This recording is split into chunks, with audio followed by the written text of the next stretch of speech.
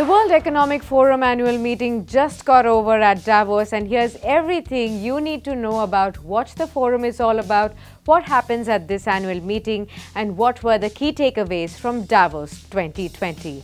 Well, the World Economic Forum is the international organization for public-private cooperation.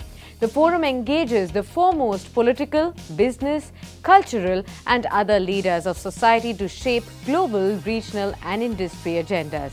Now, the forum was established in 1971 as a not-for-profit foundation and is headquartered in Geneva at Switzerland. Now, the forum holds 4 major annual meetings. The first one is the World Economic Forum annual meeting, which is the flagship event which is held every year in Davos. It shapes the global, regional, and industry agendas at the beginning of each calendar year. Then there is the annual meeting of the new champions on innovation, science, and technology, and that is held in the People's Republic of China.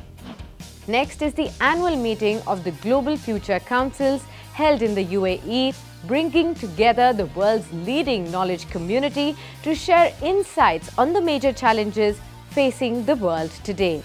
And then there is the Industry Strategy Meeting, which brings together industry strategy officers to shape industry agendas on how to explore industries can shift from managing change to pioneering change. In addition, the regional meetings and national strategy days provide focused engagement on the issues dominating regional and local agendas as well. Now, the forum is chaired by founder and executive chairman Professor Klaus Schwab. It is guided by a board of trustees, exceptional individuals who act as guardians of its mission and values, and also oversee the forum's work in promoting true global citizenship. The theme for this year's meeting was Stakeholders for a Cohesive and Sustainable World. The 50th World Economic Forum wrapped up in the Swiss city of Davos on the 24th of January with the agenda that focused heavily on climate change as world leaders struggle to tackle this crisis.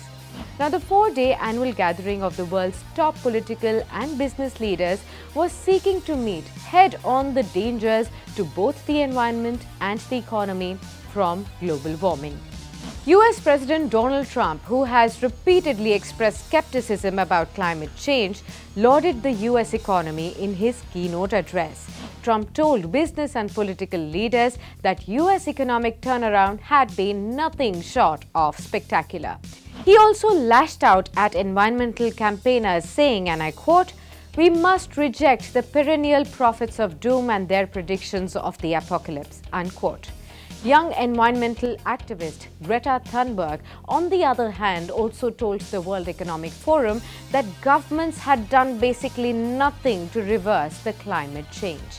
On the other hand, top global leaders who attended the event included Britain's heir to the throne, Prince Charles, Iraqi President Bahram Saleh, also Apple CEO Tim Cook, Alphabet CEO Sundar Pichai, among others.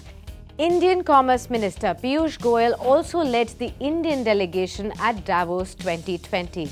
Now, Indian actor Deepika Padukone, who founded the Live, Love, Laugh Foundation, received the annual Crystal Award on the first day of the event.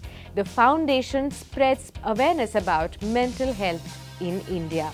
Now, Piyush Goyal also stated how India is the largest consumer of LED bulbs, and this has helped the nation in reducing power consumption and also carbon emissions. He also said that India will rely on coal as a baseload for the grid to enable it to start introducing renewables. On the other hand, raising slowdown concerns, IMF chief economist Geeta Gopinath said that India was responsible for 80% of slashed global growth estimate. Overall, 7 key themes were addressed during the annual meeting, including healthy futures, how to save the planet, tech for good, society and future of work, beyond geopolitics, fairer economies, and better businesses. Interestingly, the 2020 annual meeting was fully carbon neutral through reducing, calculating, and offsetting event-related emissions. Now, initiatives put in place to achieve this goal included using locally sourced food suppliers, introduced alternative sources of protein to reduce the meat consumption, sourcing of 100% renewable electricity, and reducing the use of materials that cannot easily be recycled or reused, such as carpets, and introducing more electric vehicles.